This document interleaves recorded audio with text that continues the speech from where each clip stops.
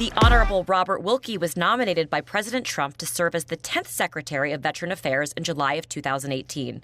I recently had the opportunity to meet with him and find out how he's helping our veterans and those serving the veterans during these times. Robert, we are so happy to have you here in Prescott, Arizona, so a big welcome to you. Thank you. I understand it's your first time here at the Prescott VA. It is. Thoughts? What do you think? Well, I'll tell you why I'm here. I'm here to thank the wonderful employees here in Prescott, not just for what they do for veterans, but what they do for the entire state of Arizona.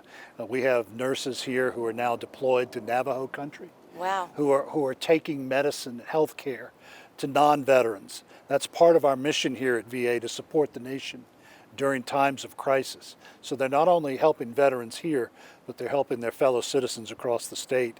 And I think it's incumbent on any leader to thank the employees for putting themselves in harm's way on behalf of their fellow citizens. That is really quite impressive. You know, we hear about, the patients and the veterans that need so much help right now during this pandemic, but you're actually here to give assistance during this stressful time to the employees. Yeah. And it is the best story in government.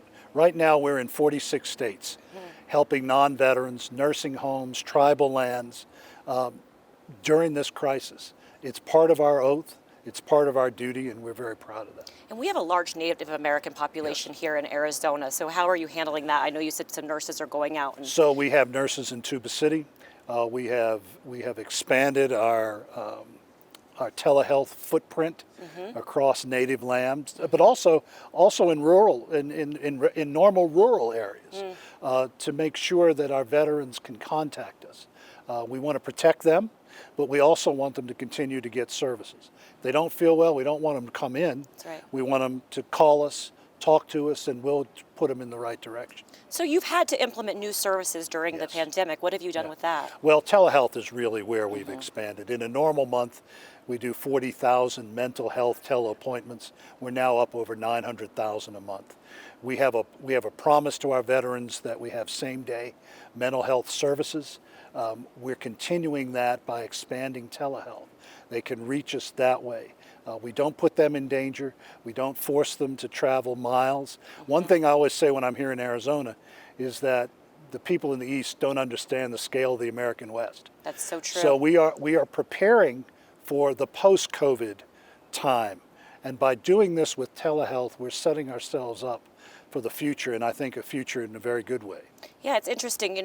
We during these times, these unprecedented times, we create new ways of dealing with things, right? Is there anything in particular you look at and you say, we could have done this differently for next time? Well, what we've done is prepare for the next time. We do, because we're a quasi-military organization, we're standing here on an old Army post. All of our traditions come from the old Army. And one of the things the Army does well is after-action reports.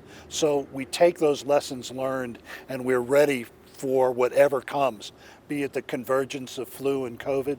So those things we did to protect our nursing home residents. Right now, in our 134 nursing homes, there are only 4 residents who've tested positive for COVID. We've been able to keep those numbers down. So things are in place should this thing boomerang back on us. Yeah, and you mentioned mental health, and that is something that is so near and dear to my heart, and also suicide prevention. And I know that's an issue with vets. Right. How are you managing that? So we have the first national task force on suicide prevention. It is a problem that has plagued the military since the 1890s. That's when we started taking statistics on this right here in what was the Arizona Territory. We've never had a national roadmap. We've never had a national effort. So what we are now doing is joining with the National Institutes for Health, the Centers for Disease Control, HHS, FDA, DOD, to come up with a national response. Part of that, the president will sign probably this week, is legislation that will allow us to distribute resources to the localities, to charities, to NGOs, non-governmental organizations, to help us find those veterans we don't see. Because of the 20 veterans who take their lives every day, we don't see 16 of them. They're not part of VA. Wow. Well, I feel so honored to be able to speak with you today, and I know everyone here feels so honored that you came up and for what you're doing for all the VAs. So Well, truly thank you. It's my honor to be part of this wonderful family. Arizona should be proud of the thousands of VA employees in this state and for everything they've done. Fantastic. Enjoy Prescott. Thanks.